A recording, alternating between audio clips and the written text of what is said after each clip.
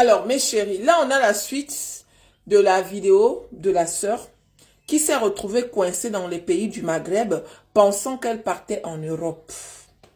Étant là-bas dans les pays du Maghreb, là, elle était dans un village. Derrière le village en question, il y avait une forêt. Et la forêt en question, c'est certains de nos frères africains noirs qui sont dans la forêt en question. Là-bas, il y a les chefs de la forêt. Il y a les chefs de la forêt, les filles. Moi, je ne savais pas que ça existait. Hein.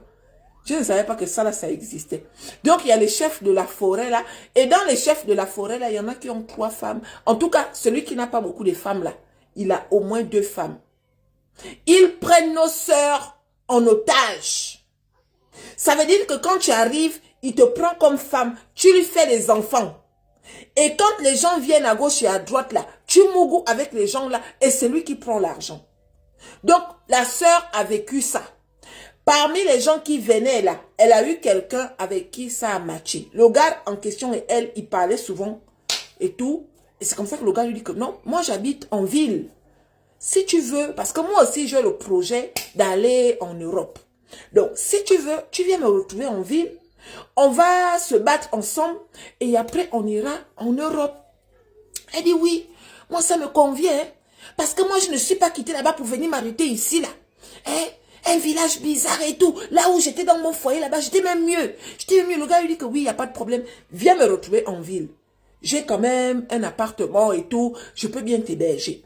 C'est comme ça qu'elle dit au gars que non. Est-ce que ça te dérange si je prends ma copine avec moi? Parce que je sais qu'elle aussi, elle est piégée. Le gars dit non, moi ça me dérange pas et tout. Si elle aussi, elle est ambitieuse. Parce que moi, je ne veux pas des personnes qui vont venir dormir. Moi, je veux pour moi go en bank. C'est comme ça que la fille dit oui, il n'y a pas de problème. Je vais dire ça à ma copine. Elle part maintenant voir Maîtrise. Maîtrise dit oui, il y a quoi? Les filles. Maîtrise dit oui, il y a quoi? Oh non, voilà, parmi les gars qui viennent souvent là et tout, il y a un qui me propose d'aller habiter avec lui en ville.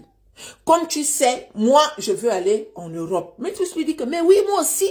Si, est-ce que tu penses qu'il va aussi accepter de m'héberger? Elle dit que oui, bien sûr. Il va aussi accepter de t'héberger. Je lui ai parlé de toi. Elle dit, ok, il n'y a pas de problème. Donc, on va s'organiser. Comme par hasard, elles se sont organisées comme ça là quand elles sont parties. En fait, quand tu restes avec les chefs du village là, il paraît qu'ils ne te retiennent même pas. Hein. Si tu décides de partir, ils te laissent partir. Mais tu laisses les enfants. Donc, Maîtrise est partie avec la sœur, mais pas directement. Elles sont fuies, mais n'ont même pas entendu qu'il les cherchait en fait. Voilà. Donc, elles sont parties directement aller descendre chez le gars en question. Ils se sont organisés et tout. Le gars est venu les chercher, ils les ont emmenés. La première semaine, c'était bien. La deuxième semaine, le gars leur dit que non. Comme vous savez, pour aller en Europe, il faudrait qu'on puisse avoir de l'argent. Mais ici, là, pour trouver le travail, ce n'est pas évident. Donc, qu'est-ce qu'on va faire? Vous allez seulement continuer à vendre vos pétous comme vous étiez en train de faire dans la forêt. Moi, je vais me charger de trouver les clients. Les clients en question, ils vont venir vous mougou. Et l'argent en question, vous allez mettre ça de côté. Entre-temps, moi aussi, je m'en vais travailler et on va tout mélanger et on va partir en Europe. Les filles étaient d'accord parce que c'est un peu ça qu'elles faisaient depuis qu'elles étaient dans les pays, derrière les villages du pays du Maghreb. C'est un peu ce qu'elles faisaient. Excusez-moi aussi, je ris. En tout cas, elle m'a donné la permission de rire. Les filles. Maintenant, elles ont fait ça. Le gars, lui, il sortait, partait chercher les clients, tout ça. Et le gars avait beaucoup d'amis. Eux aussi, ils avaient le projet de partir dans les pays, en Europe en fait. Et tous, ils avaient le projet de partir en Europe. Donc, la fille dit qu'on est resté comme ça là 18 mois. Donc, 1 an et demi à travailler. Elle et Maîtrise. Plus les autres gars là et tout. Elle faisait le ménage, tout dans la maison. Hein. Mais les gars, eux, ils partaient travailler, faire la manche. Eux, ils partaient faire la manche. Ils ramenaient l'argent et tout, jusqu'à ce que ils se sont maintenant tous organisés. Elle dit qu'ils étaient 9 dans le lot. Maîtrise et elle, plus le copain de la sœur. Et Maîtrise aussi avait maintenant un copain parmi les 7 là. Parce qu'il y avait 7 plus les 2 filles. Donc, ils avaient un copain. Non, il y avait 6. Donc, une 3e fille. Donc, 3 filles et 6 garçons. Donc, ils se sont maintenant organisés comme ça là qu'ils vont maintenant partir en Europe à pied, les filles. Le combat commence. Tout le monde a chargé les sacs, tout et tout, machin. Il fallait mettre l'essentiel parce que là, C'était vraiment parti pour une longue marche vers l'Europe. Les filles, ils ont tout mis dans les sacs, chacun son sac. La marche maintenant. Marcher, marcher, marcher. Ils ont marché comme ça là pendant une semaine. Ils ont marché. Ils ont pris la voiture. Hein. La voiture les a laissés dans une frontière bizarre là. Maintenant, il fallait marcher de la frontière là jusqu'à là où ils devaient partir là-bas. Ils ont marché pendant une semaine. Ils se reposent.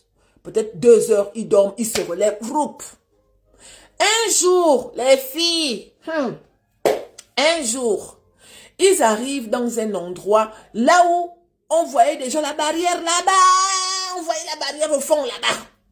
Mais on ne la voyait pas. Sauf qu'on imaginait déjà que ce qu'on voit là-bas, c'est la barrière. Donc quand ils arrivent là, la sœur et maîtresse, elles étaient fatiguées. Ce n'était pas facile. Marcher pendant une semaine, elle dit que maman Chi, c'était dur. Mais nous, ce qui nous faisait tenir le coup, c'était que on pense à l'Europe. Là, on est en train de partir en Europe, les filles.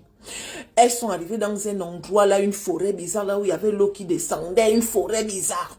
Donc elles se sont reposées là. Ils ont construit genre une petite tente. Ils ont dit que non, on va quand même se reposer là pendant 2 jours. Comme ça, quand on va se relever là, on ne s'arrête pas pendant 2 jours. Les filles ont dit oh oui et tout, nanani, nanana. Ils ont préparé vite fait là et tout, nanani, nanana. Ils ont fait tout ça, mes chéris. Ils ont fini de manger bien, ils ont veillé. Elle dit que le jour là, on a passé une belle soirée entre frangins et frangines. Il n'y avait même plus le côté gare et go là. Non, il n'y avait même plus le côté là. Ils ont dormi, ils ont fini de manger comme s'ils ont dormi.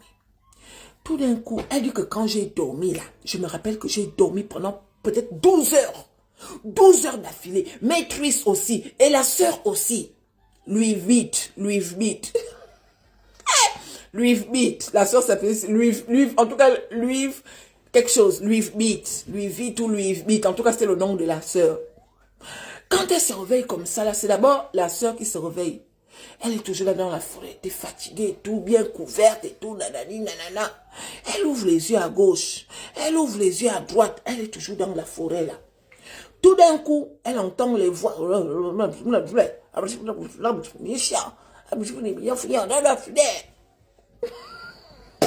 Excusez-moi. Elle entend les voix.